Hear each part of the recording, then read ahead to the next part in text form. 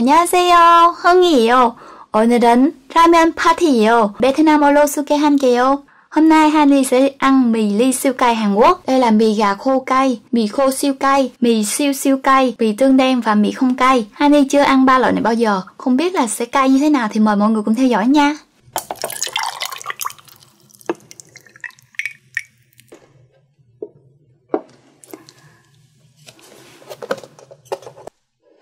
Thơm quá.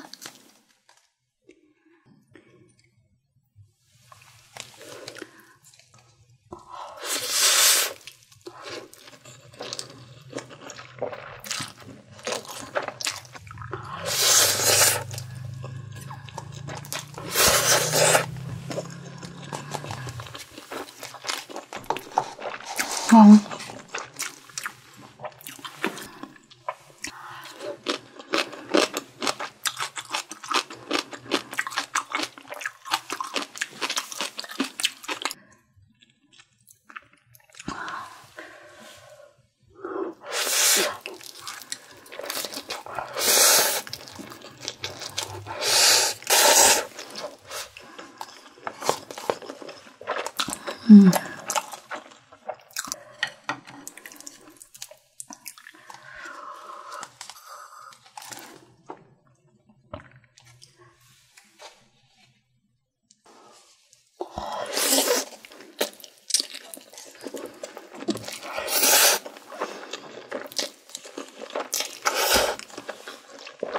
Ngon.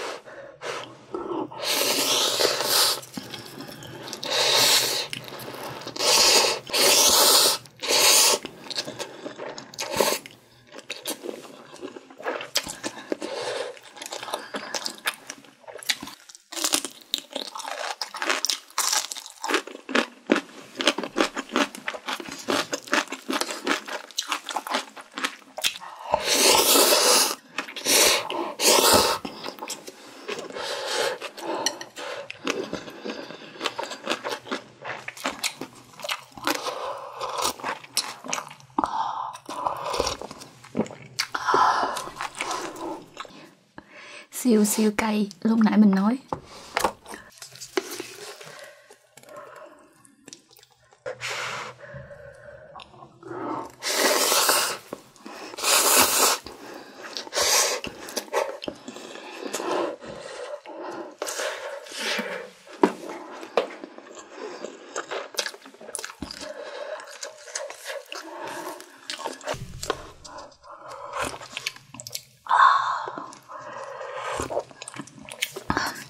Nước rất ngon.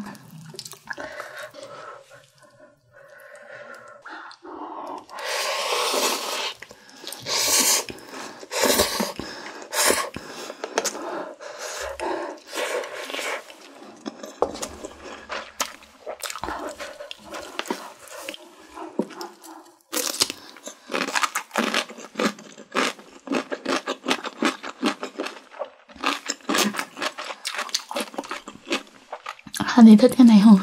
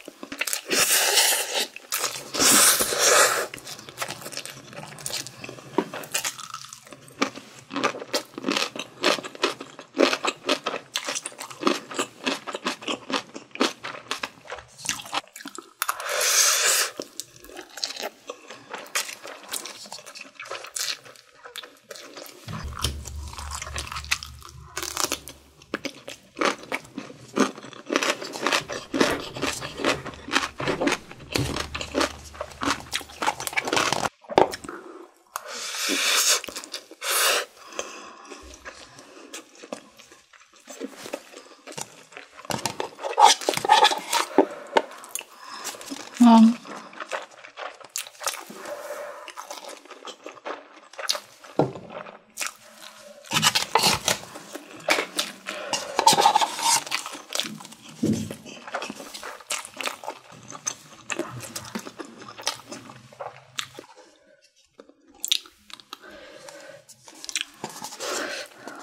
Mì đen.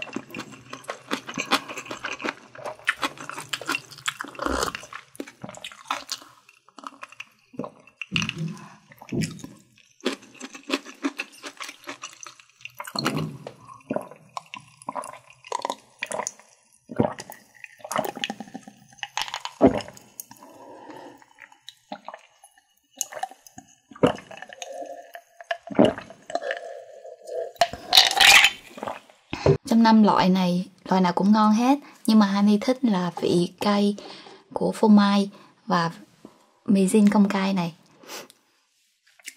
Nếu được mọi người hãy thử nha. Cảm ơn mọi người đã xem. Xin chào và hẹn gặp lại.